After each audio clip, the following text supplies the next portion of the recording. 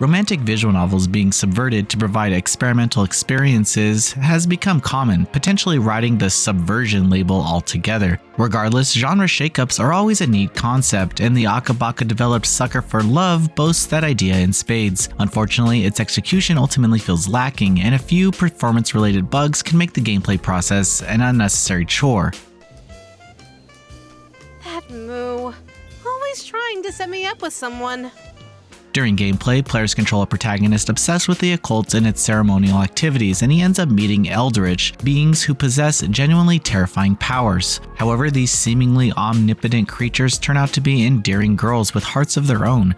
During the opening, he is sent a bright pink Necronomicon, leading to him summoning the Cthulhu-like girl Lynetta. After a series of exchanges, it's revealed that all the protagonist desires is a kiss from her, which even for such a powerful being is rather shocking. Still, she agrees to the request under the pretense of him performing the rituals presented in the book. These rituals are the crux of the gameplay experience, and they're not really much to write home about. Players must simply adhere to the explicitly written directions, such as having particular objects on their person or adjusting the lighting of their abode to accommodate the supernatural elements. The final step for fulfilling these rituals is to chant an incantation, which involves gradually mousing over a select passage. To be honest, these activities were more forgettable than anything else, since not only are the tasks just kind of boring, but the game straight up tells you what components to alter if anything is off. This leads to the lack of meaningful accomplishment when performing the tasks. They're relatively akin to doing chores in real life solely for the sake of it. Further, my experience with the rituals are quite messy, since they would sometimes not work entirely. For instance, a step would necessitate me to wearing a robe, but the game would tell me I wasn't wearing one even when I did. I had to leave the room and constantly re-enter until my attire was recognized to solve the dilemma. There have been patches to potentially address these faults, but the existence did undeniably ruin pacing on my end. A few crashes occurred as well, but I'm sure appropriate fixes are in the works by the developer. The characters are where the pseudo-visual novel truly shines. Another Eldritch being named Esther is my personal favorite, as her haughty personality is perfectly encapsulated by her voice actress. She's a classic tsundere through and through, and her actual nature is adorable to see unfold. The other girls are voiced similarly well, so players can look forward to troves of delightful banter. Still, the relationships between them and the protagonist never felt genuine, even by the endings. The title is brief, perhaps to a fault, as none of the bonds felt like they were adequately worked for. A decent amount of interactions and outcomes are played for laughs, so humor was an aim here, but it was done at the cost of character relationships that could have been immensely more compelling. Regarding the endings, the chapters have multiple obtainable endings. While the most easily achievable endings require following the contextual rituals to the letter, the other conclusions are initiated by choices during dialogue. Unfortunately, many of the bland ceremonies have to be re-performed, which was mildly vexing despite their brevity. The tone of Sucker for Love is odd to discuss because while comedy is a primary factor,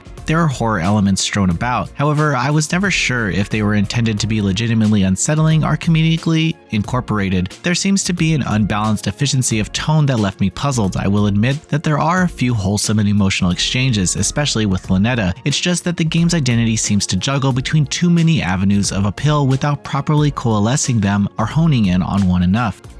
Sucker for Love stands out for its bold premise and talented voice work, but aside from that, it can be a chore to actually play through. Its gameplay feels like padding to its core, and the writing, while occasionally humorous, presents itself unfocused. The lack of grace with tonal balance ultimately makes this title a questionable venture that is best perceived as an entertaining experiment and nothing more. Still, its price point is fair, so if you're moderately intrigued by what this game offers, it's worth giving a shot. Noisy Pixel is giving Sucker for Love a 6 out of 10. Thanks for watching. Please read the full review at noisypixel.net. Noisy Pixel is run by a group of gamers who work hard to deliver news, reviews, previews, and more. Please subscribe to keep up with all our future content.